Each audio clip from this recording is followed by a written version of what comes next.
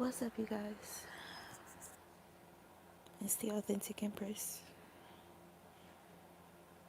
So, I was sitting here praying, and I've been meditating the past couple of days about the sacral, well, specifically just being present and aware of my own body. Not even, honestly, just recently that I've been meditating. I know that I still have significant trauma stored in my womb space that I've been actively releasing. And so I was reading some scripture and praying over myself, specifically targeting my womb and releasing trauma on a cellular level, and basically preparation in regards to what herbs I need to consume. And as I was praying, I started having this emotional release where it's almost like I had a back to the future or back to the past type of experience or epiphany. Or you know how those stories of people who are transitioning, or when people are facing death or they're on their deathbed, and how they'll reflect over or have like these series of flashbacks over their past, and it's like significant memories. So I basically had that kind of experience with this emotional release, but instead with a lot of traumatic cycles or events that I navigated through, and just how close in proximity these, traumatic cycles were. And it's so crazy that with, the new karmic cycle or trauma that's introduced into your life, it's almost like because you're having to go into tunnel vision to get yourself safely and securely out of that present cycle, it's like you kind of forget just how severe of or just the exposure, the amount of exposure to, unsafe conditions that you actually face. You kind of get locked in into that most current traumatic cycle because, you're just trying to fully and thoroughly get out of that, right? Completely. That you don't realize that that's not the only thing that you are still getting through. You're still getting through.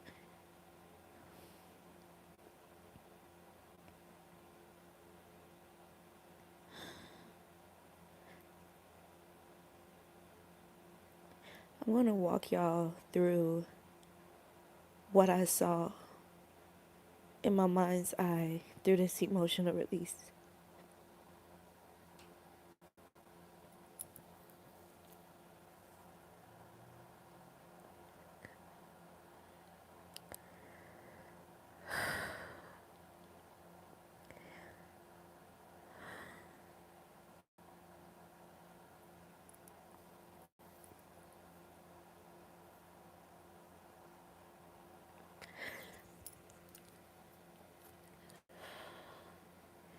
Okay.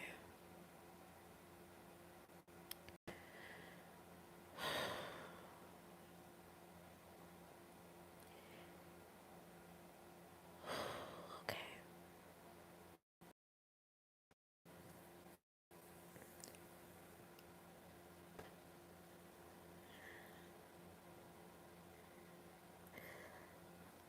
I'm pausing and I'm hesitating.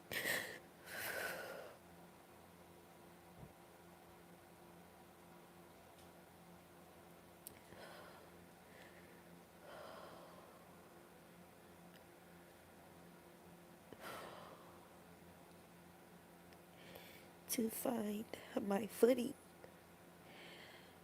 and breathe. Because what's crazy is that where I initially was going to start from in regards to traumatic cycles, right? It's like what's being uncovered is that no, like there's more, there's more, and like, and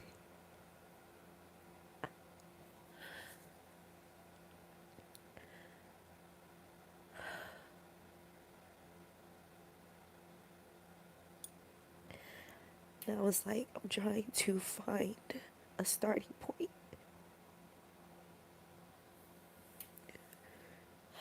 Like, just for example sake, for you guys.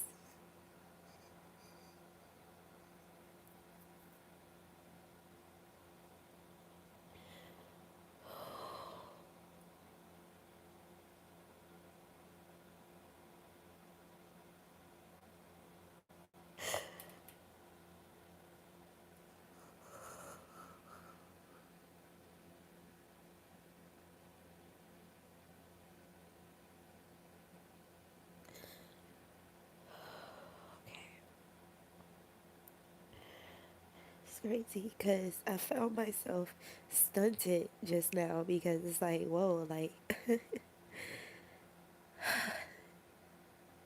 so let's just start. Um, for example, let's just start from 2021. Um, I was gonna start from when my grandfather passed away, but the reason why I got stunted is because all these other things that happened, even leading up to that and all before that, just began to unravel. And it's like I'm kind of sitting with the reality that, yo, like it was always something, right?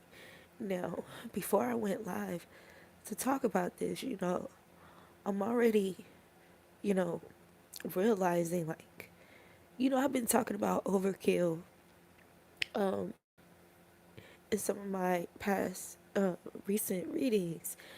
But again, like I open up on this video, whenever you're kind of like whatever the most recent or current cycle that you're navigating through or trauma that you're navigating through, you kind of get in this locked in energy that you forget that it's been a series of these battles that you've literally been navigating through. And it's like the reality is that it's almost like it was like a non-stop thing, you know um but just different battles, different people,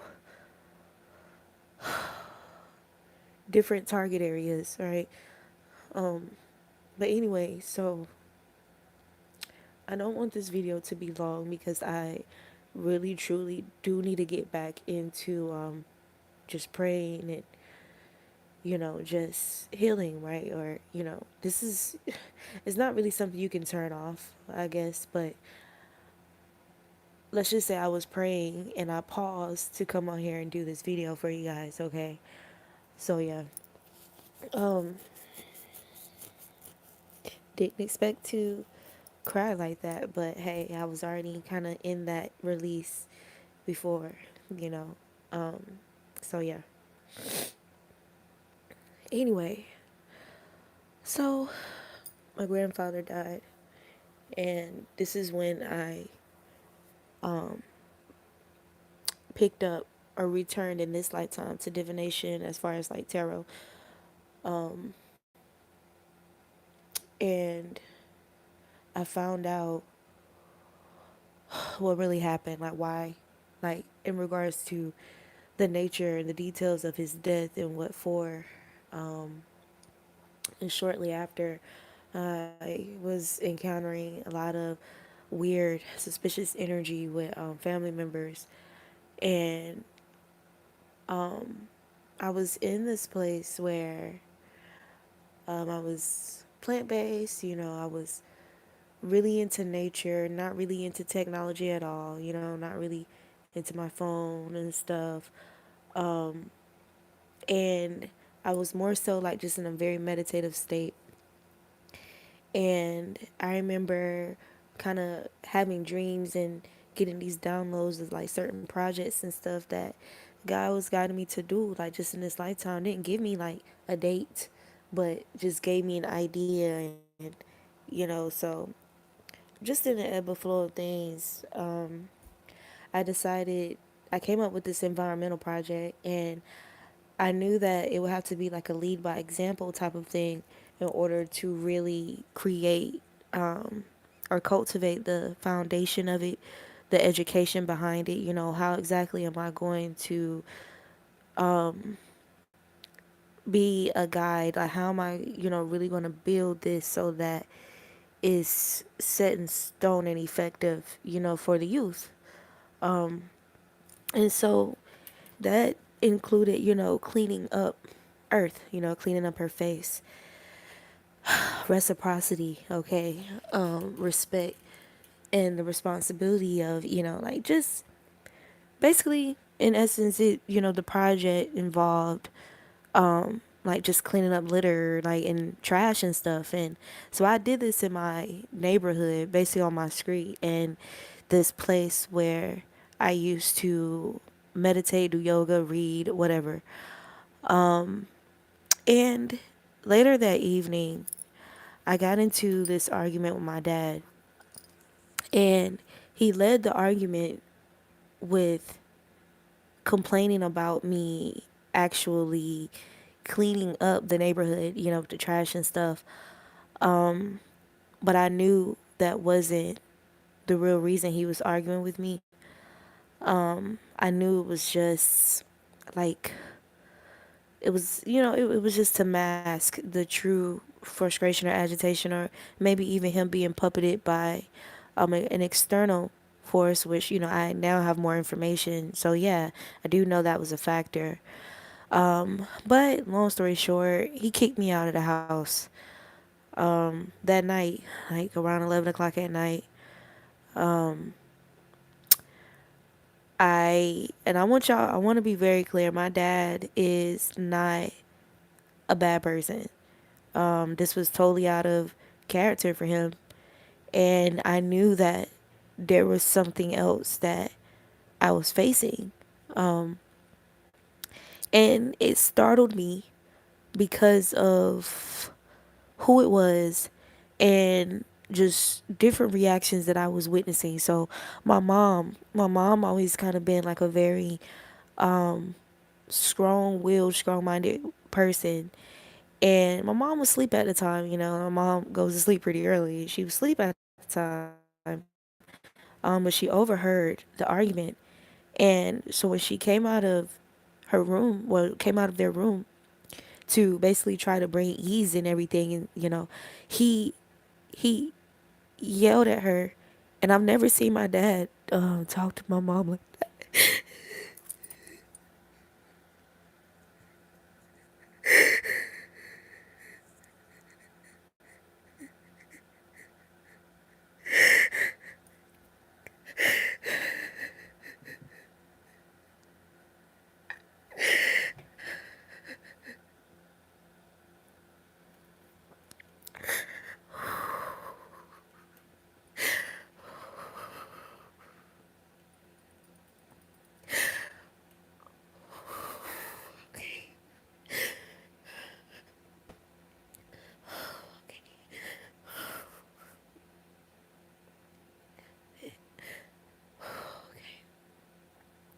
He never ever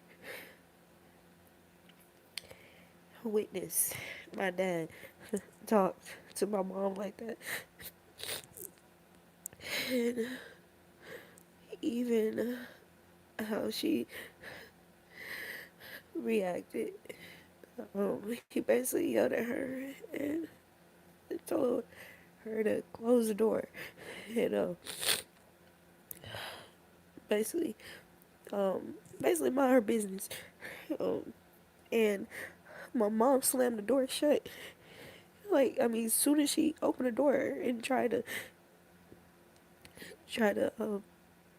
help, he yelled at her, and it's like it wasn't him. It wasn't him. And being um that my upbringing, I was a daddy's girl, right? And I was I'm considered a love child between my mom and my dad. I'm their only biological child they have together.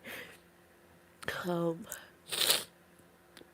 and my parents provided everything for me, right? You know, most of the toxic things that I've experienced was outside of my home, like other family members, right? Not in the home. And so, mind you, this is 2021. I want to say I was 24 years old. So,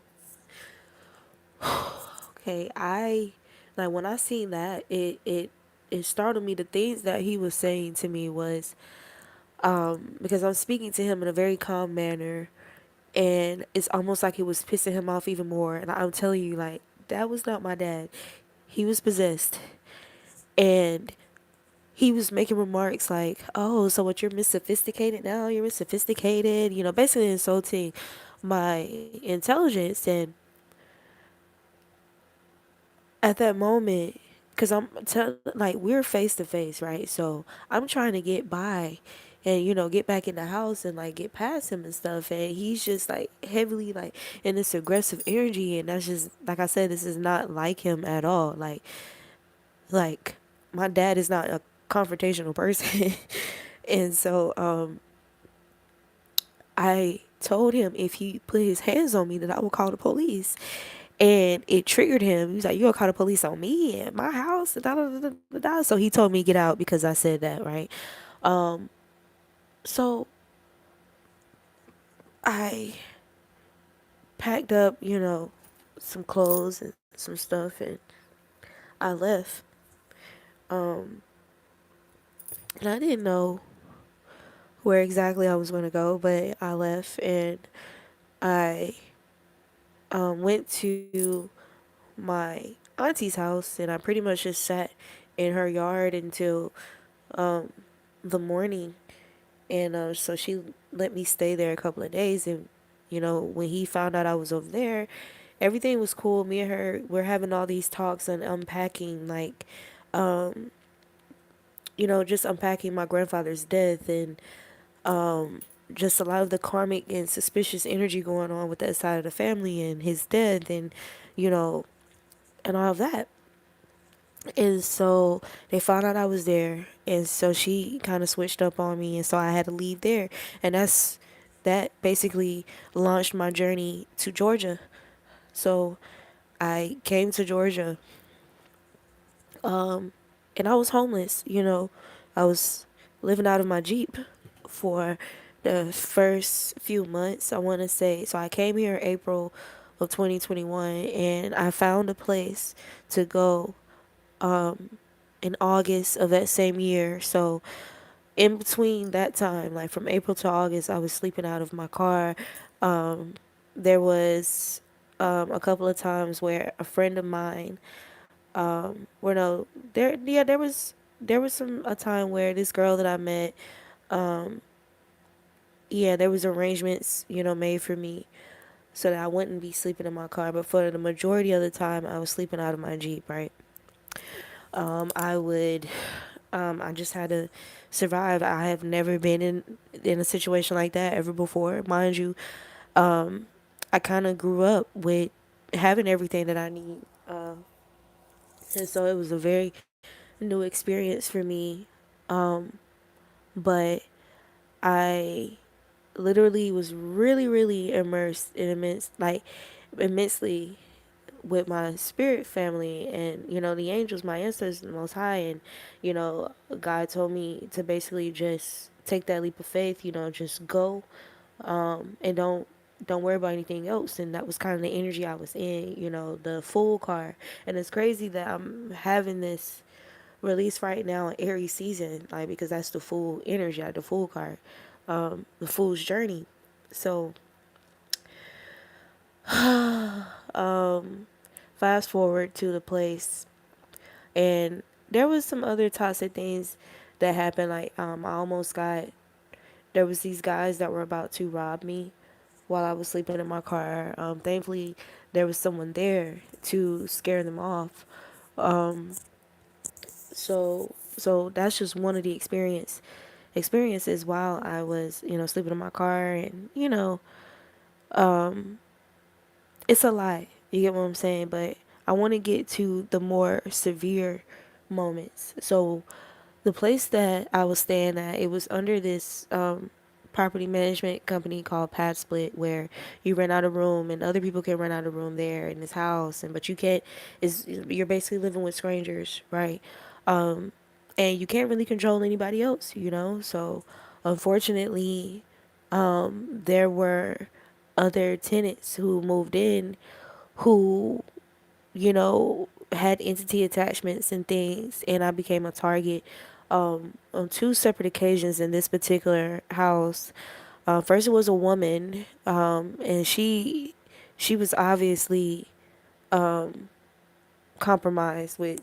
It seemed like maybe a lesion. Like it came off to the other. It came off to the rest of us there that she had some type of mental challenges, but it was very weird. But for whatever reason, I became a target of focus by her. Got through that cycle after some time. Things seemed cool for a couple of months, and then there was this guy from Chicago that moved in. He was a Pisces, and man, and I'm kind of scanning through because it's a lot, y'all. So with this particular guy, this is the person who threatened me with two different guns while I was there. Literally, before we finally managed, and this was after a series of phone police calls where they did nothing. They did nothing. He was still there. And the second gun that he had, the last standoff that we had, me and him, I was literally face to face with him, like facing him, like literally in his face while he's holding a gun. So it was a lot. This person had threatened to have me trafficked. He would harass me. He would it became a situation where he started harassing me every day, like when I would get home from work, recording me, being on the phone, being on FaceTime with people, putting me on FaceTime, blasting music early in the morning or throughout the night or in the middle of the night, or whenever he hear me or think that it's me, he'll come out of his room to harass me. It was a lot. It was a lot. Um, but I survived that. Um, Ended up leaving.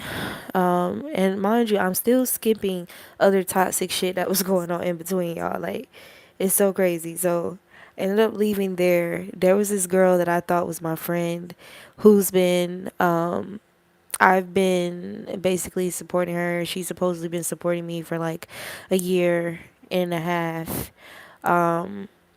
And she basically acted like she admired my life, like with me being vegan and very spiritual, very intuitive. By then I'm doing readings like on Facebook, like I'm getting like a pretty good following on Facebook and stuff like that. So she asked me to come to Texas because she was planning to have a surgery, like a weight loss surgery, but she wanted me to help her basically ground like healthier eating habits and stuff like that. So I agreed because in a way I did kind of want to escape out of Georgia after experiencing what I experienced. And so I took that offer. I went to Texas. I was in this place called Lubbock, Texas. Is like right at the top of Texas. Like, it was really really far. It was a 16-hour drive.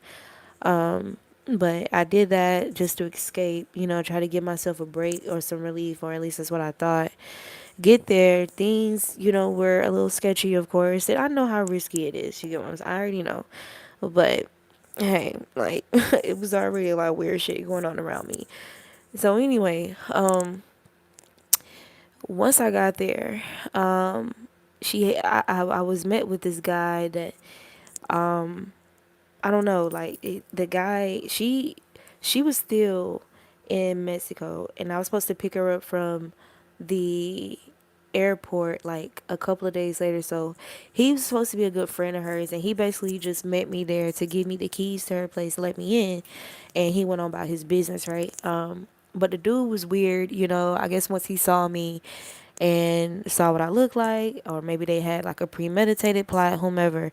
Um, but I didn't like after I was there and settled in, like he had came back like the next day or whatever, knocking on the door. I didn't answer the door. I spoke to him from the balcony, and I was like, "Yeah, she's not back yet, right?" And he was being weird, like, "Oh, I thought maybe you might want." No, I don't want no company. Thank you. All right, have a good night. So I didn't let him in. The day came around when I had to go pick her up. Things seemed cool the first couple of weeks. This was the situation I spoke about on my channel before where this girl had poisoned me to the point that I was shitting out blood. So I survived that. And then there was a situation where I had to leave there, and now I'm briefly homeless again in Texas, okay? And so when I first left there, this place that I went to, the divine was telling me that I wasn't going to be able to go to sleep that night for whatever reason. Like, told me not to go to sleep, to stay up. And literally, as soon as I drifted off, this truck pulled up next to me. It was these two guys, and I'm saying, like, I was at this local state park, and there's nobody else in the parking lot but me, and they backed their truck in right next to my car, and I just so happened to wake up before they got right next to me. Like they were backing up. They didn't get right next to me yet. I just so happened to open my eyes, and as soon as I opened my eyes, I saw them backing up next to me, and I just pulled off fast as hell, and I had to like zigzag through the neighborhood so I could basically lose them. So dealt with that for a while. So boom, sleeping out of my car at this popular grocery store market because it was like in a collegiate area where students would come there and use the Wi-Fi, study, have coffee. For the most part, they were 24 hours. So I basically like just kind of stayed there. And there were days when I didn't have anything at all because I wasn't in contact with people who claim they loved me. Okay, and it became a situation where they intentionally, like they knew about my circumstances, but they intentionally withheld from me. And so yeah, I found myself in that situation. So there was days when I didn't eat anything, where I just pretty much had to fast, and whatever I did manage to have or get, I had to stretch it as far as I could.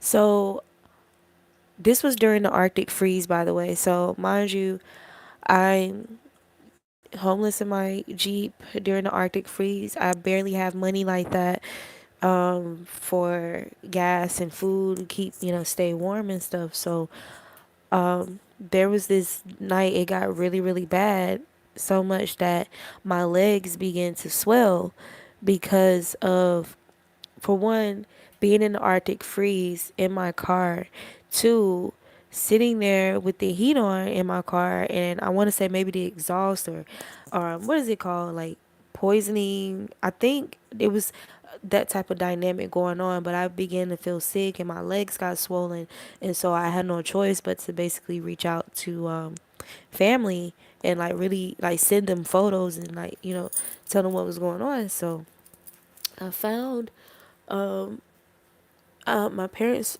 helped me find an Airbnb nearby, and thankfully they were like really, really good people. Like during, like this was around Thanksgiving, so they had brought me like Thanksgiving food. And it's crazy because this was when I had just broke, like, not being vegan anymore at the time, and it was because I really didn't have anything. So there was this place I used to eat at, and I would get curry from there. And they had messed up my order, but I spent my last to get the food, and they were closed. And it's like I didn't have anything else to eat, and it's crazy. Like I cried, and I had to pray. Like I was like, God, like, can I eat this? Like because it had chicken in it, but I didn't have anything else, and so I ate it, and it's crazy. Like I cried while I ate the food because it's like, yo, like this shit is crazy. So, boom, that was shortly before I ended up staying in the Airbnb. So, boom, I'm at the Airbnb, and I have funds to get a little grocery and gas and stuff like that from my parents getting me the Airbnb. And the host, they brought me like Thanksgiving food and stuff like that. A bag of like sweet potatoes that they had to spare, different things. So I was grateful for that. And it's crazy because the host, his name was Christian, and he was a very, very kind-hearted person. But there was some there, it was a little toxicity, not with him but who was attached to him. There was some suspicion around the how kind he was to me and just how pleasant I was as a person by whom he was connected to. But anyway, it wasn't really a big deal. But it was something that I had to like be aware of in regards to just praying for myself. And so boom, I get convinced by the person that I was dating in Georgia, the guy that I mentioned that I dated for 3.5 years. I get convinced to come back to Georgia after swearing to never come back because of just the toxicity I was experiencing here. And the reason why I also agreed to come back was because I had one of his belongings that he wanted back. So I agreed to come back. And mind you, the months leading up to me coming back, he was being horrible to me. Like, I mean, like, I'm sliding down the wall, crying, screaming. Like, that's how horrible he was treating me while I was gone. And, so boom, come back.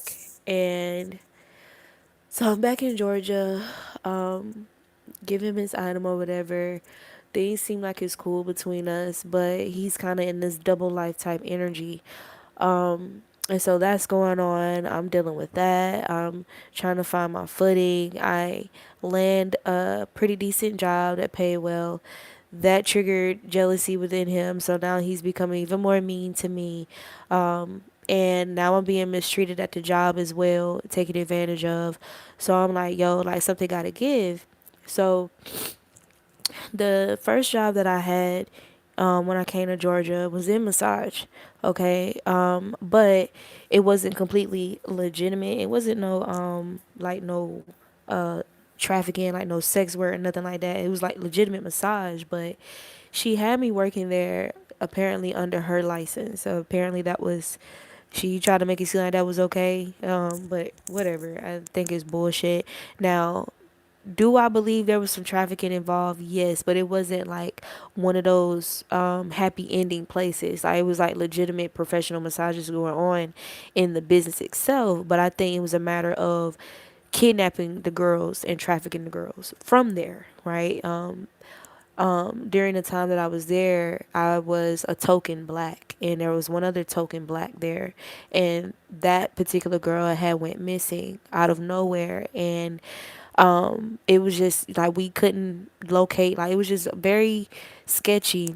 And shortly after I took over her position and stuff, there was something that happened to me when I was about to get off work. There was these weird tissues and like something put all over my driver's window and driver's door and stuff like that. And the particular night when that happened, the boss had came there, and I thought it was odd that she came there All I know is I didn't touch any of the tissues or anything like that. And next thing I know, my shift went from 5 days a week to 1 day a week.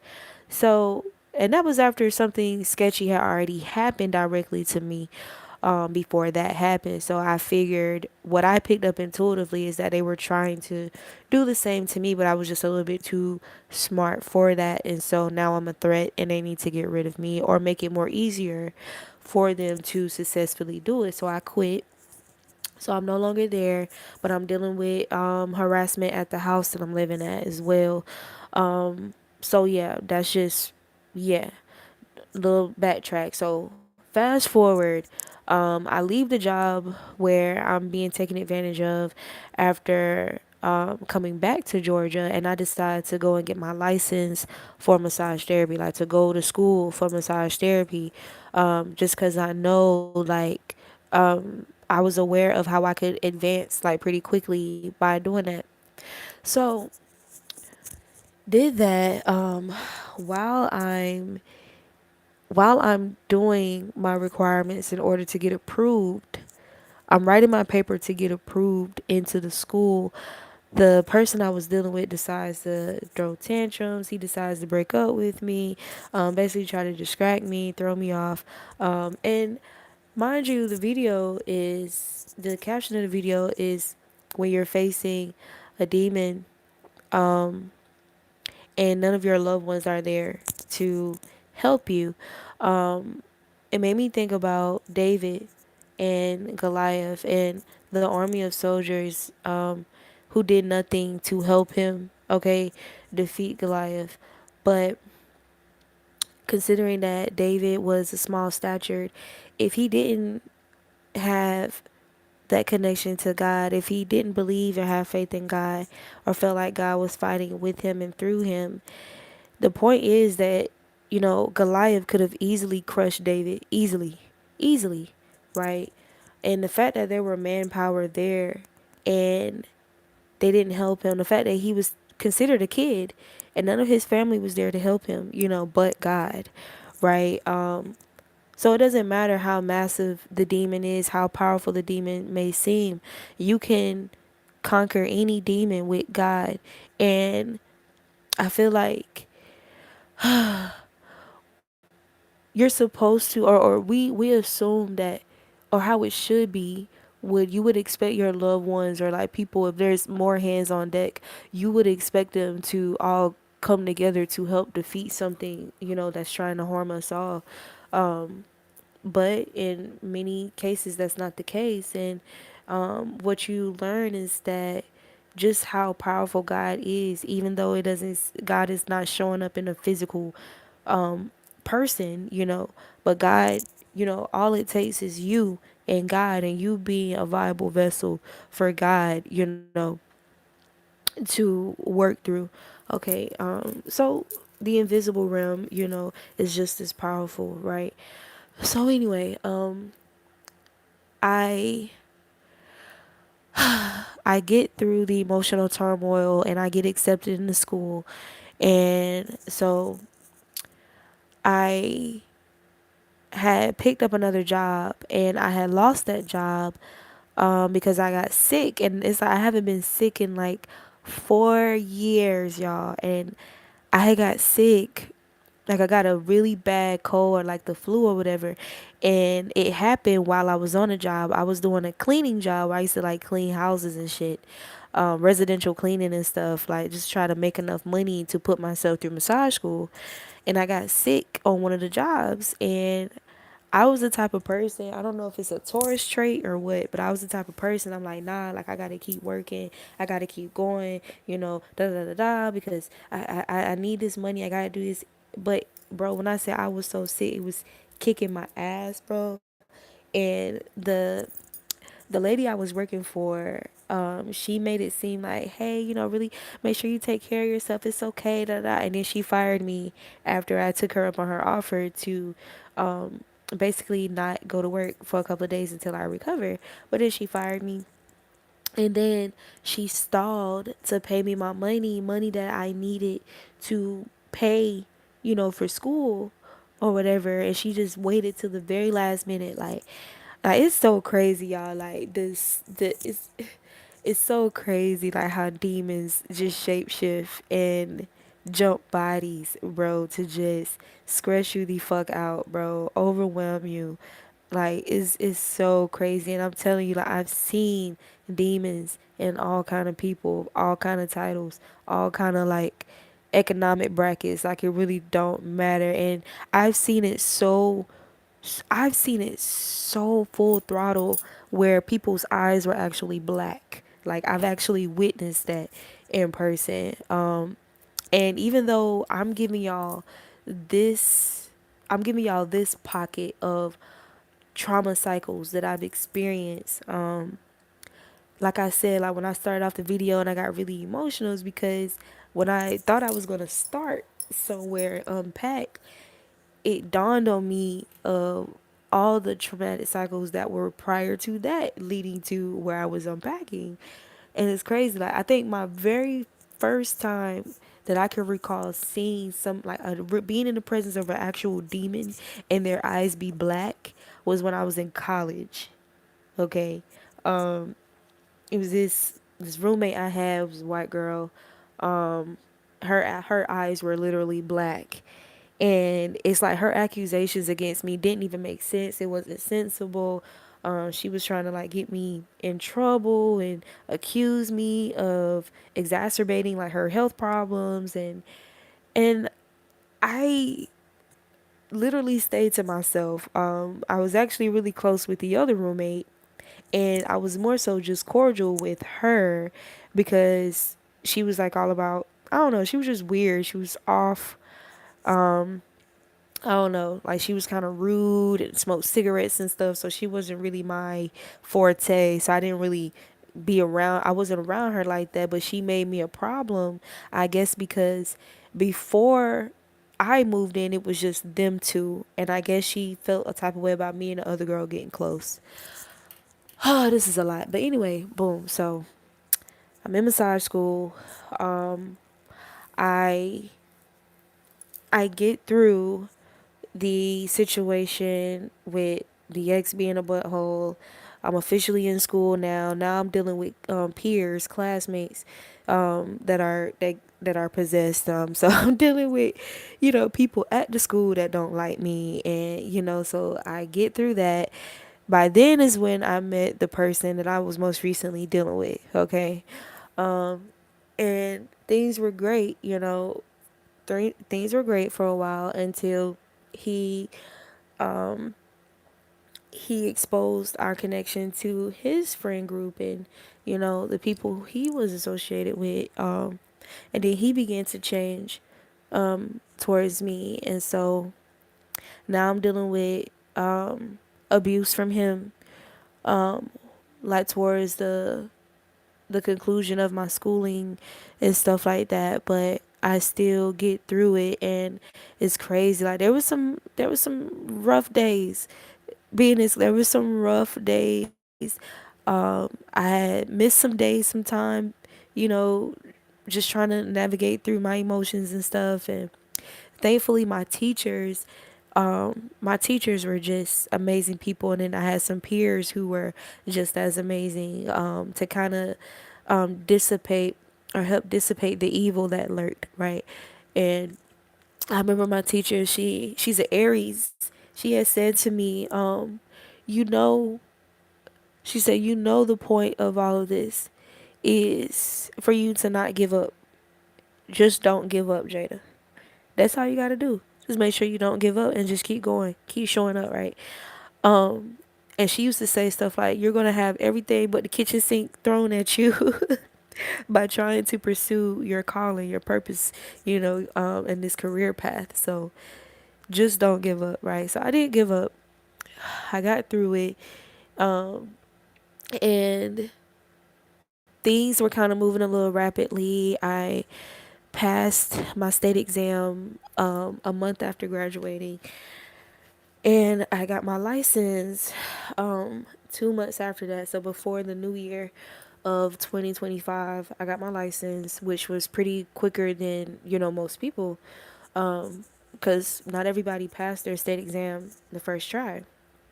So anyway, um, my living situations through all of that was rocky the entire time. Like I was constantly moving homes and stuff like that. So it wasn't really stable in regards to my living arrangements. Like I was constantly facing challenges there. But anyway, so anyway, get through that. Excuse me.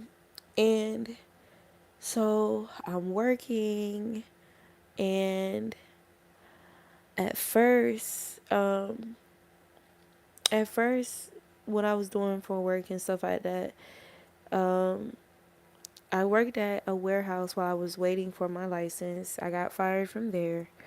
And I guess I wasn't too mad about that because those 10 hours was ass, bro. So now I'm working a job where I'm only making like $12 an hour, and I'm donating plasma just to get by, like just to pay for a place to stay. Like that's literally all I had enough money for, was to just pay for a place to stay, feed myself and feed my cat. You feel me? Like feed Chala, and I'm door dashing, at the same time. So I'm donating plasma, I'm door dashing, and I'm working a job at the massage place as a spa back, waiting for my license so I can transition to massage therapist and get massage therapist pay. So I did that.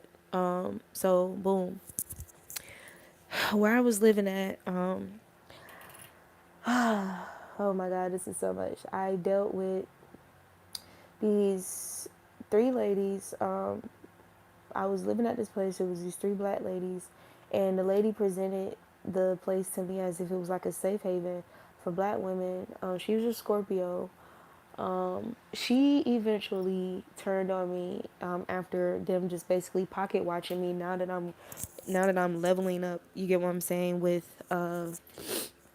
massage and stuff, and so now they're trying to create uncomfortable living situation for me, locking the door to the laundry room, just doing weird, waiting for me like when I leave, waiting for me when I come back, harassing me about the smallest things that she's not holding other women accountable of, making little remarks to me about the guy that I was recently dealing with, and stuff like that. It was just, basically cursing me and hexing me. So boom, Valentine's Day, I got put out of there. And I actually had like 5, 7 clients on my books that day. So I had to pack up, be supervised, and pack up what I could to my, in my car, some clothes and stuff. I had to pack up Chala as well. Okay, so this particular day, my cat, he's in my car. Okay, like of course I had it well ventilated, the windows, stuff like that. Had food and litter. Like, I had to put the litter box. Like it's so crazy, y'all. Like it was a lot. But I just had to get through that day because I couldn't not show up because I already had 5 to 7 clients on my books, bro. It's Valentine's Day. It's one of the most busiest days in massage therapy, right? So boom, even though this lady is being vindictive and spiteful and abusing her power and control, and she manages to get me put out by lying on me. Like, this lady lied and said that I pushed her, I assaulted her, and I didn't. Like, oh my God, it's so fucking crazy. Oh my God, it's so fucking crazy. But the other girl that was staying there basically backed her up and supported the lie. They basically lied together. This is also a tactic that people often use against me. The fact that I'm by myself. They use each other to create a lie and support the lie as if it's the truth. And it seems like it is because it's just them against me by myself, right? And so, anyway, I get through it with a smile. I get through it with my head held high. And it's so crazy. Like, I'm sitting there, like, just giving, just giving my clients like very unique experience, like where they actually are. It's effective. They're getting real relief that they haven't experienced in years. You know what I'm saying? Like, getting a massage and stuff, you know, I'm getting all these high reviews and this great turnover rate, and I'm literally doing this with a smile and with my head high, and literally just having to push everything that's going on behind the scenes to the back of my mind, you know, and just push through. And there was a coworker there that I did, you know, open up and let her know what was going on. And so she spoke with the manager, and they came and pulled me between like one of my right before one of my sessions. And I really, it's so crazy because I said to them like, "Why are y'all doing this right now?" Because you know, you know that energy of if you are dealing with something, and then somebody like check in with you, and even though like you got you strong in the situation, but when somebody like asks you like, "Yo, are you okay?" Da da da, like, and then everything just come out like it was that, like I just like, so of course I started crying and everything, like, but I'm, you know, like, why y'all should have had this conversation with me at the end of the day, because I'm in that mode. You get what I'm saying? Like I'm not, it's like I'm in, the way that I can compartmentalize basically, like, okay, I know the reason why they did this was to throw me off because I'm doing so good, because I reached a milestone. So I have to tackle that when it's a proper time and place to tackle that. Right now, I'm at work and I'm in work mode. So I'm not here for that. I'm here for my clients. You get what I'm saying? So, boom. Even though I don't have anywhere to go, like I'm here at work doing my best, and I don't even know where the fuck I'm going after work. You feel me? Um, the person that I was supposed to be dealing with, you know, he was the first person I called, you know, while the situation was unraveling. And he let me stay at his place like the one night. He let me stay there. And after that, there was this huge uproar with his friends, you know, basically calling me all type of bitches and shit on the phone. And I don't know what's being communicated. He's not being clear with me about what's being communicated. So now he's no longer an option of a safe haven or a strong tower. So, you know, I basically left there and I slept in my car. And that coworker, I think that's when I said something. After that happened and I realized he wasn't reliable, that's when I communicated to my coworker, you know, what was going on. But mind you, I slept in my car, you feel me, and still had to go to work, you know, the next morning and all of that. Like I just had to figure it out as I was going, right? And just be strong. And it's so crazy. Like it was like thunderstorms during that time. You know, Charlotte is scared of thunderstorms, so I didn't really get a lot of sleep. It was a lot, you know. But what kind of motivated me was that my clients couldn't tell at all, you know, that I was dealing with stuff, because I do so well with transmuting energy and just being motivated in regards to, you know, being essential to my clients, and you know, being effective in my work. So so I stayed that one night at his place. The next night, it wasn't an option anymore, so I stayed in my car. And then the night after that, the coworker, she offered to let me stay at her place for some time. So, oh my God, this is a lot. This is a lot. So now I'm staying there. She has this man there that's supposed to be her boyfriend, or this man that don't do nothing. He's just at the house all the time. He's weird, he's creepy. So he's there. Her daughter is there. She's healing from some type of psychosis or like trauma from the military, PTSD, all type of shit. Smoking weed. At the time, I don't smoke weed.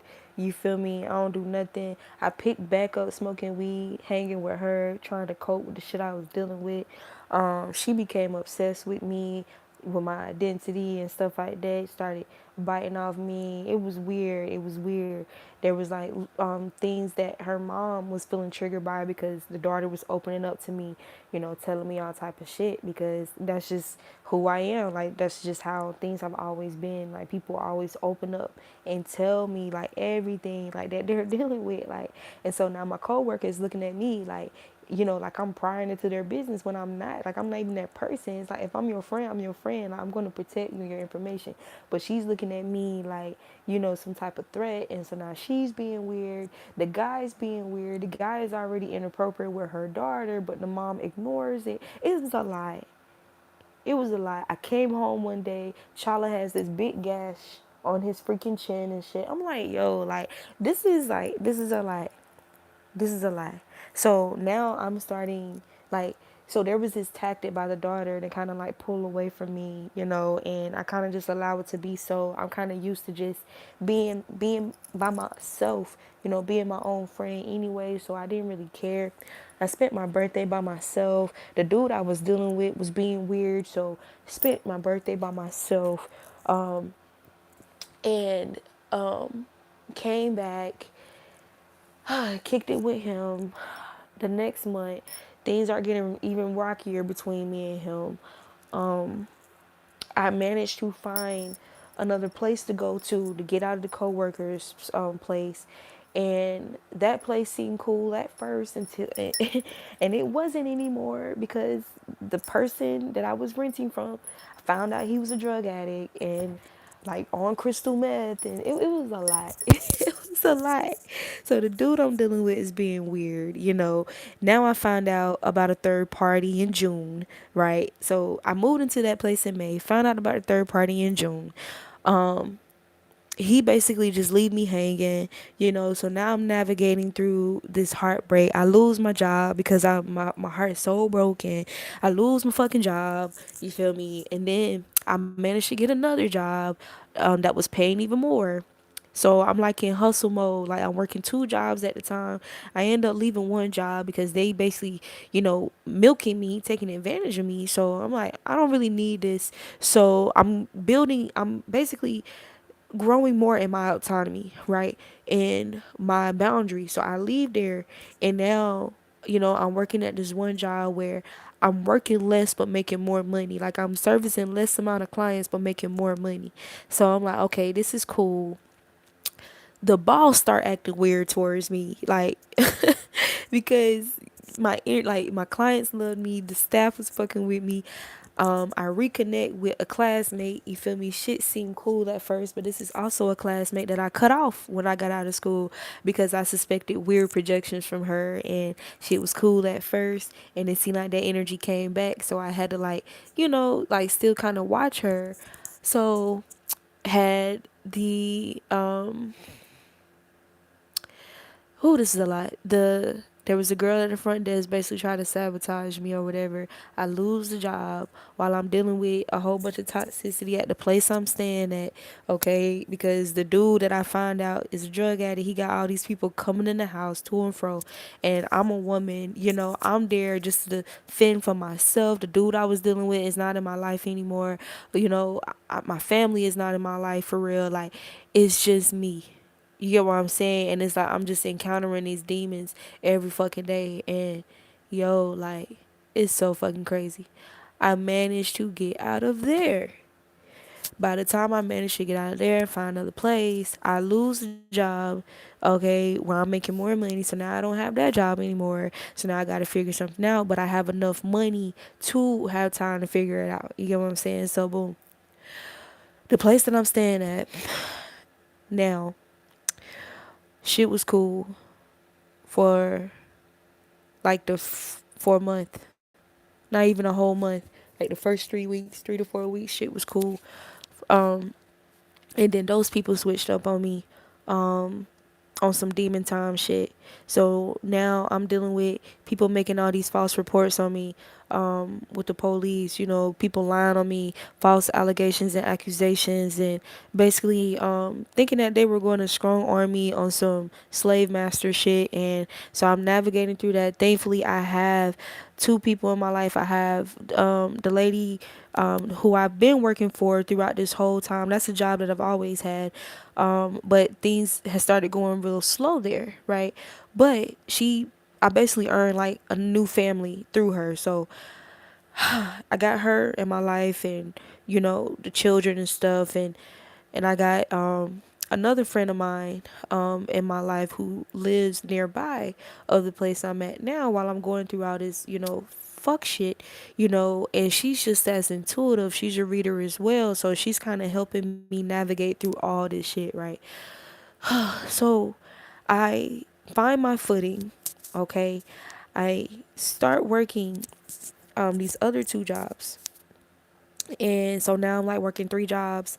Um, and I had to quit one job because it's the same type of dynamic where they're making more money off me type shit. It's not really a benefit for me, and it's exhausting a lot of my energy. And while I'm in contemplation about leaving this place, I get sick by one of the clients there who didn't disclose that they were sick. So it was like, okay, yeah, that's confirmation. Like, I need to leave this place. I left. Okay.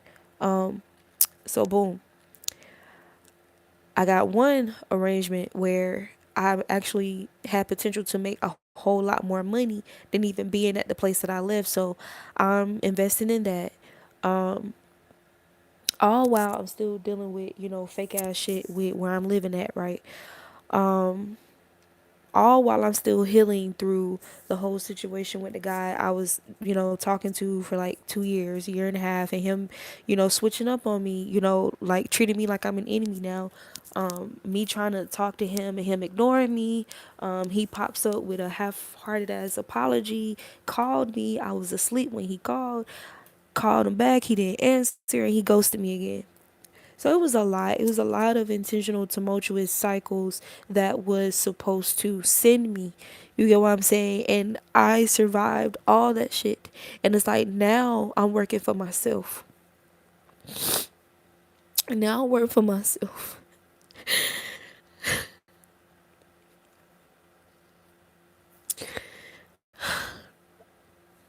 Now I have enough where I can rest.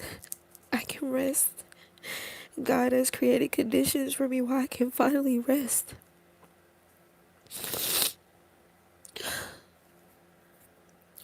And God is aligning me with people who treat me far better.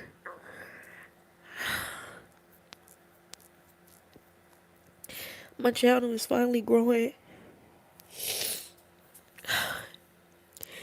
and I reached this by being stern with my boundaries. No matter how much I care for the person, love the people, love the person, I'm super duper stern on my boundaries on all levels. Professional boundaries, all of that.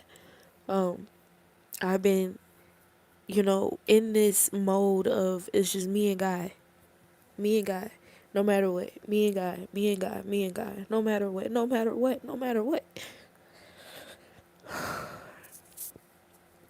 And it's like it's just this growth left and right, left and right, left and right. And I guess after all that, um, I'm still in a way basically retrieving everything that was taken from me, everything that was held up, that was lost, whatever. Like I'm in that stage of retrieving everything back, and then some. But again, like I started off this video, um, I recognize that in me getting back into like eating healthy and working out and all these things, and I have, mind you, I'm still having my moments where I can be things can be cool, and then out of nowhere, you know I'll feel a rush of emotions through the things that like I'll just have this compassion for myself. Like, damn girl, you, you brave as fuck.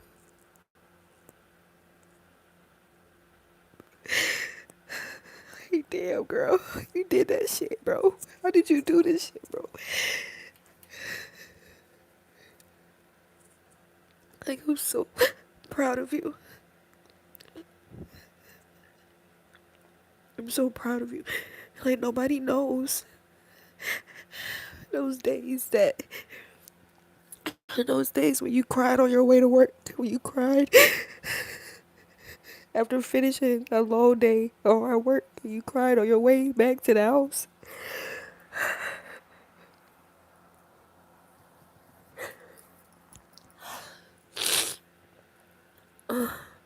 And it's so crazy, like the intimacy that I have with God is out of this world. Out of this world. Out of this world. I haven't been in contact with family on purpose. Um, I haven't. I I was guided to shut that door, to give myself a chance to try life. You get what I'm saying? Like without any crutches, without that, without any crutches at all. You know, just do that shit. Just do that shit. And I've just been doing this shit, bro. Like with God, bro. And it's so crazy. Like when that dude, when he popped up with that third party like that, and he did me like that, bro. That shit fucked me up. That shit fucked me up. And I didn't know what to do. I didn't know what to do.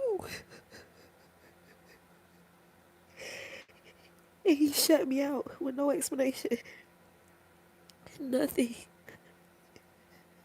Just left me with nothing. No apology, no nothing. No warning, no nothing. I was so fucked up. And I was literally saying to God, I don't know how I'm going to get through this. You got to get me through this. I don't know how. This is a lot. This is a lot. Okay? This is a lot being put on me. And the thing is, when I was saying this is a lot being put on me, it wasn't just him. It was everything that led up to it. And it's almost like I was just meditating today, like, damn, like, it almost feel like he was supposed to be the one to take me out. You know, like Job, how the final person that betrayed him was his spouse. And it's like, yo, it's almost like this dude was sent to finish the fucking job, bro. Like, to just end me. And it's like, yo, like, what the fuck? And God got me through that shit, bro. Like, I'm telling you, like, I'm telling you, this is, I'm crying on my way to work. I'm crying in between clients. Like, I'm going to the bathroom after finishing like a session or two at work to cry. You get what I'm saying? I leave work, cry. Like that's how hard the shit was, bro. And I got through that shit and nobody, all while going through this, I'm receiving all of this beautiful feedback from my clients and people just blessing me left and right, blessing me left and right, bro. Like, and I'm telling you, like, it was very necessary um to receive that honest feedback like that from my gifts and my anointing, and it was very necessary, you know. And I thank God. I thank God. I thank God, bro. I thank God. And I'm so proud of myself, bro. I'm so proud of myself. And I'm excited, you know, I'm excited to see, you know, all that God is continuing to bless me with. It's so crazy. Like, I'm even thinking about how when I was in college, because mind you, I started I started with telling y'all, you know, these series of traumatic cycles, and honestly I couldn't even tell you all of it because that's how much it was. Like, starting from 2021, starting from me coming to Georgia for real, you know. Um, but it really started long before that. But when I was in college, I used to go to Bible study, and there was this one night we had some guest pastors and ministers there, And there was this guy, and for whatever reason, I just felt like this connection with him. Now, not a connection romantically, but like a spiritual connection with this particular guy, like especially after hearing him speak and stuff like that. And sometimes in Bible study they would do like a prayer line where the pastors will stand up, at the front, and they'll have a line, and basically um so it was three pastors. It was our guy that leads the Bible study, and it was the two guest pastors, a man and a woman. And I remember praying to God, like, please let me end up with this guy, because the way that the line went was whomever finished praying on whoever was available, you go to that person. So I stepped up, and I ended up being with this guy. And he did something different for me than what he did with the other people that he prayed for. So when I stepped up to him, he said, there's been something about you that has just been drawing my attention specifically all night. And after he said that, and it's crazy because I'm like, I didn't say that, but this is how I felt like about him too, right? He called his wife to come up there with us. And he told his wife to place her hand on my heart.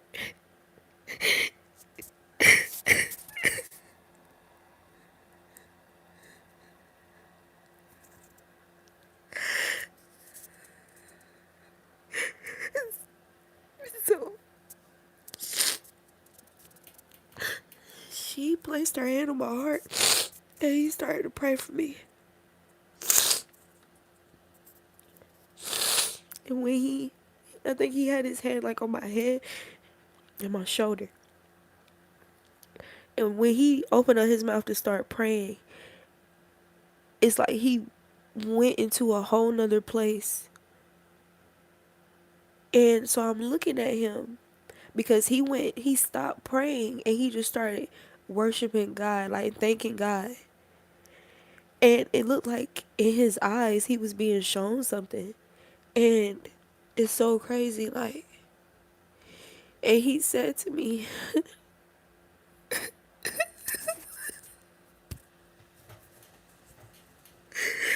he said,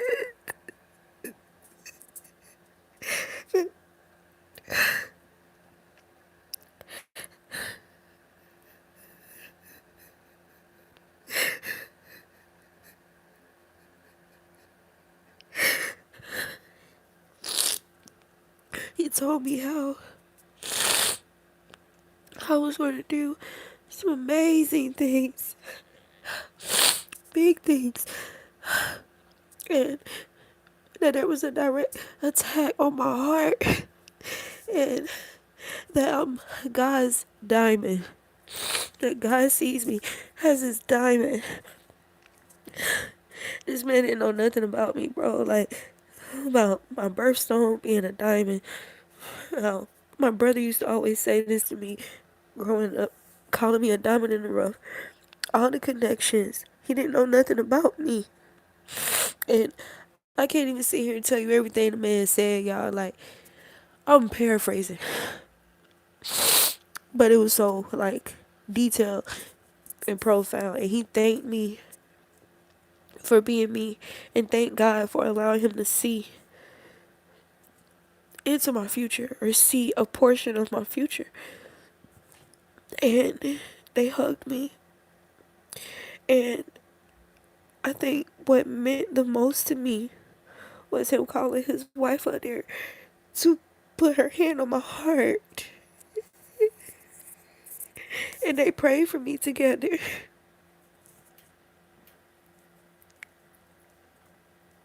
And at the time, I was under attack at that time. And I was still showing up, just being me. Like, that's me. That's the essence of who I am. Like, even when I'm being attacked, I show up for God. You feel me? And I show up for me. And I just bear through it with grit. I bear through that shit, bro. Like, period. Like, that's the essence of who I am. I'm very strong willed. No matter what I'm facing.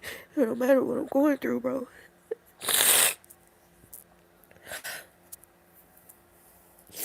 It's so crazy. Like, even me, like, going to Bible study, I'd be so excited to go. That was an example of me fighting for myself despite what I was, like, people, despite this person intentionally trying to break me down at the time, you know.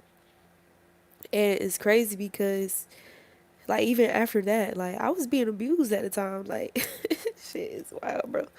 I was being abused at the time, y'all. Like, it's crazy.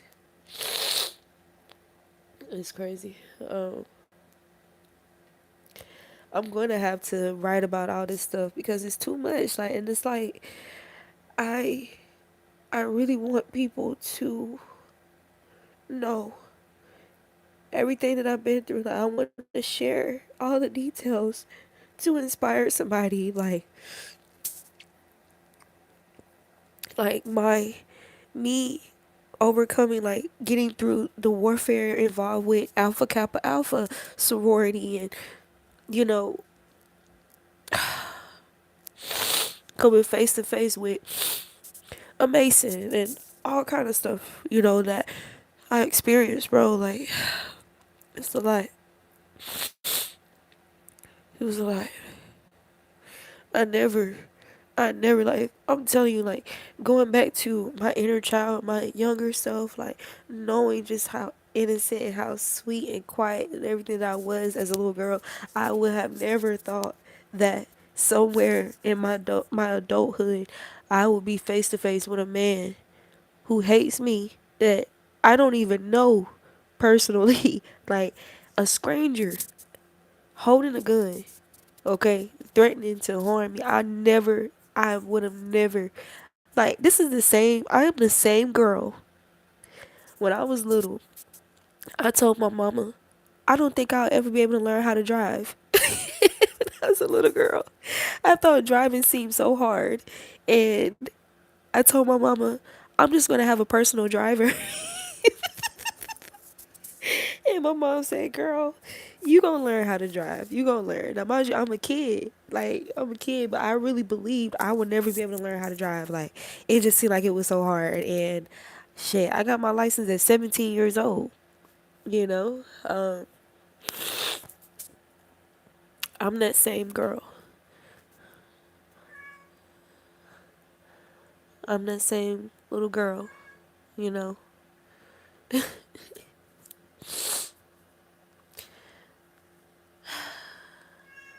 and I'm grateful for the kind of child I had the opportunity to be, despite the attacks I experienced as a kid. You know, as I got older as a kid, like 7, 8 years old, 8 years old. But my earlier stages, I'm so grateful for being able, like, to just have that, even being the youngest and being that kid that I could occupy myself and be cool with that. Like, I got my video games, I'm good,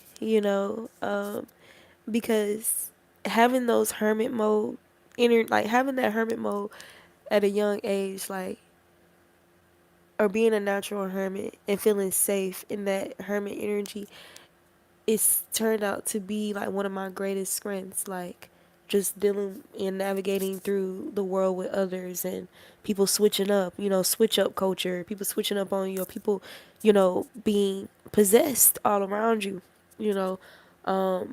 I've even gotten into conflict because there was this one time I got into it with somebody because they felt some type of way that they used to call me antisocial because I didn't always want to be up under people all the time. You feel me? And I didn't give a fuck because the person that was calling me antisocial in turn was somebody who felt like she always had to be with people, like, just to do any fucking thing. And it's like, yeah, nah. You know? So yeah, like, looking at, how a lot of people are getting caught up, by following trends and being followers of demonic energies. I'm very grateful to be, introverted, and, as I say, selectively extroverted, with with no shame. Nobody can guilt trip me, gaslight me about it. Um, I'm very grateful for who I am and how I am. Um, and I'm just grateful. I'm grateful for God. I'm grateful. I'm grateful. The other day I was thinking about how when I was dealing with things, when I used to go to my mom, for counsel and wanted her to help me navigate through what I was dealing with, my emotions when I was younger. I was a preteen and teenager, and it used to piss me off when she used to tell me to just go pray about it because I felt like that wasn't enough. I felt like that wasn't enough. I felt like she wasn't being thorough enough, like she wasn't really talking to me or helping me talk through it. But that will always be her answer. Her response will always be go pray about it. And I'm telling you, that is the answer.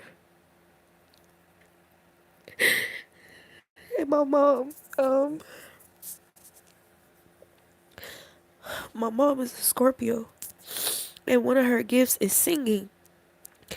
I just thought about, like, after saying that, a song that my mom used to always sing at church was Jesus is the answer for today. Jesus is the answer. Um,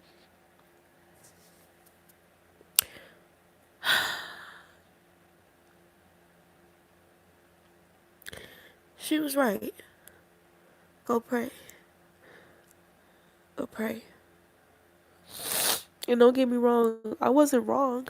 It's still helpful to have counsel where, you can have conversations, like thorough conversations, uncovering these things, the taboo, the uncomfortable conversations. And that's kind of where I forged a path when it came to having those uncomfortable conversations with courage and boldness.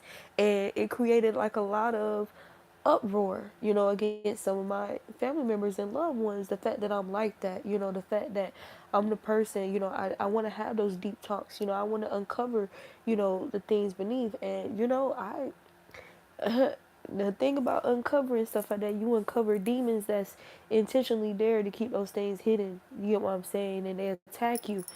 That's a real thing. Like, that's a real thing. Like, I've done a reading for somebody before and got attacked shortly after, got in a car accident, because of almost like opening Pandora's box, like opening these doors. You get what I'm saying? That these demons are literally sitting on the latches, or they're they are the locks to these doors, like to keep people stagnant and blocked. You know what I'm saying? Um, and keep them in the sunken place. And it's like, yo, like now I know I have clarity and understanding as to, you know, why I'm getting these backlashes and stuff, when I do provide sound counsel, when I do shed my light onto things, that there's a lot of energy in place that's intentionally keeping shit hidden or keeping it in the dark or keeping it closed, right? So yeah, yeah, yeah. So I can definitely say I am a very fearless being, very, very much so. In a dream state, in the awakened state, very, very fearless.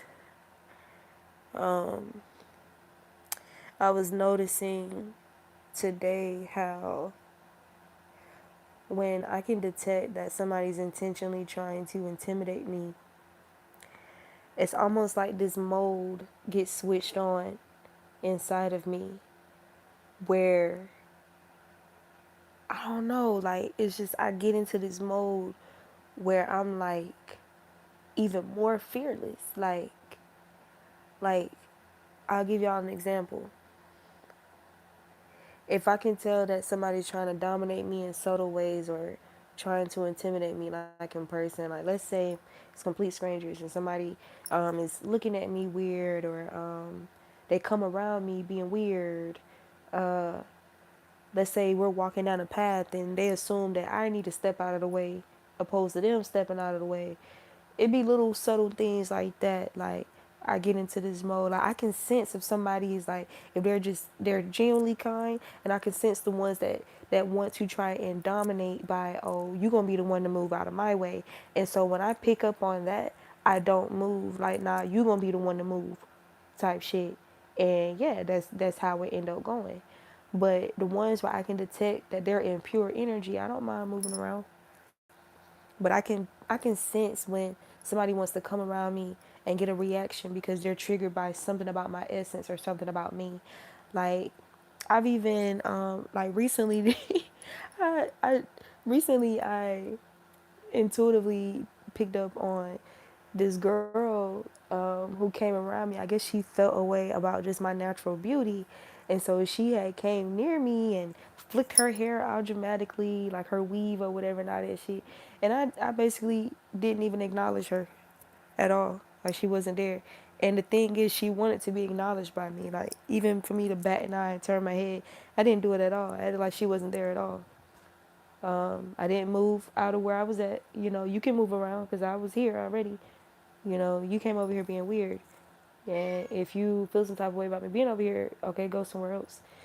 Um, but yeah, it's just, yeah. Or if somebody's driving past me because they're trying to incite, fear and stuff like that, like, I go into this mode, and some of you guys probably will even clock it on some of my readings because I do a lot of my readings in the car right now.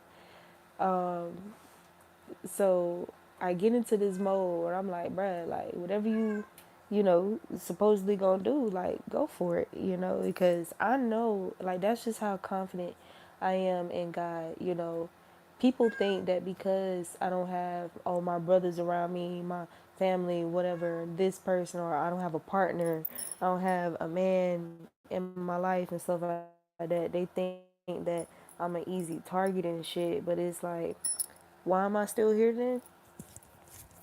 Why am I still here? You know? So that speaks volumes. So don't get it twisted. Like, the creator is with me at all times. Period. The creator can do more than what y'all could ever do, ever, to me. And I've seen it more than enough times to know that for sure about God. To know that God is real. I'm not somebody that you're going to convince that God is not real. I'm not somebody you're going to convince, oh, we're the gods and okay, we very much so, some of us are angelic beings, some of us are divine beings, anointed, um, all of that.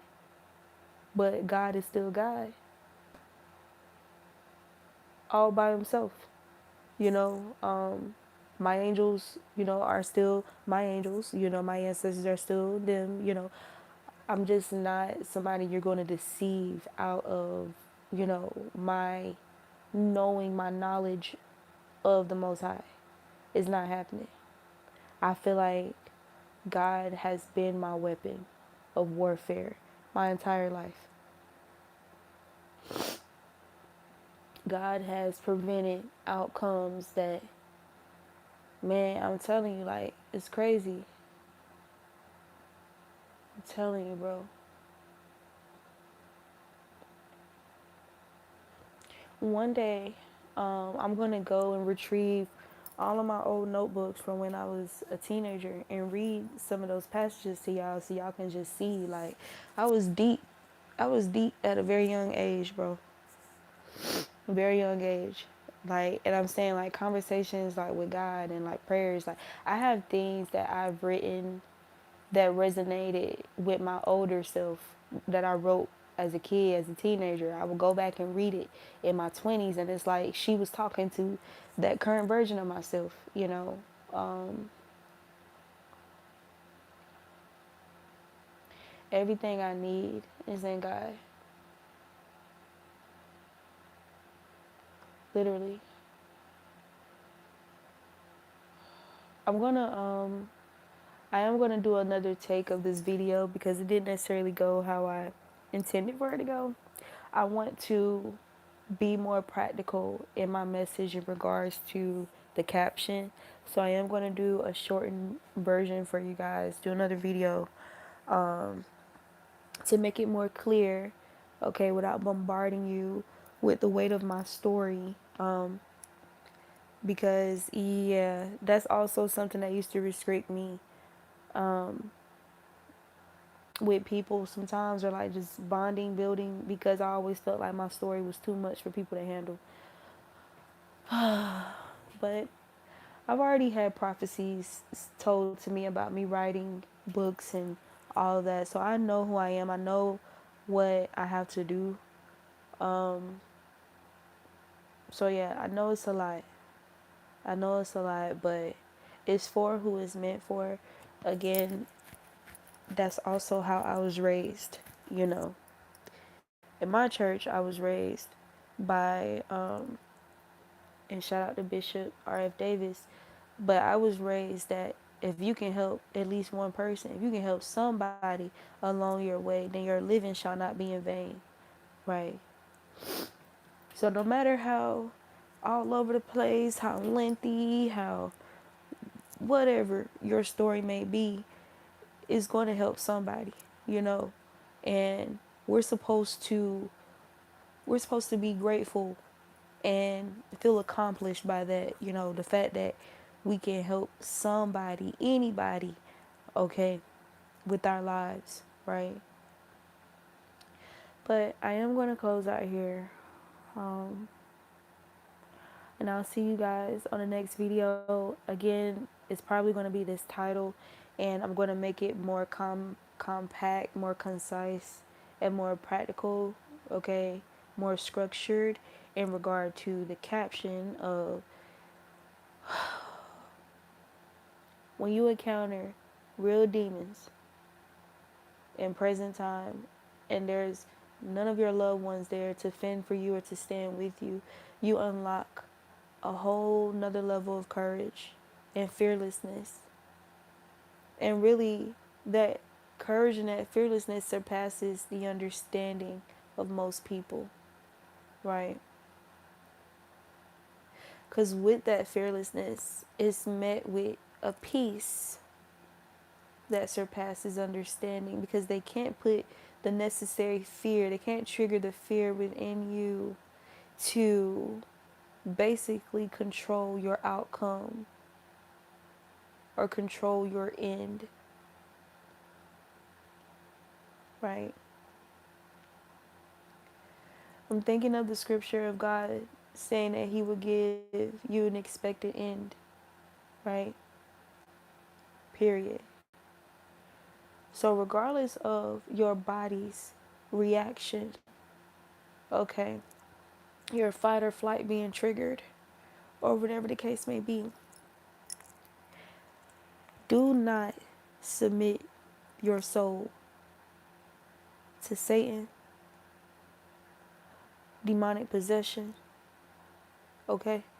As long as you don't do that, you will be fine. Everything else will be restored. Everything else will be replenished, okay?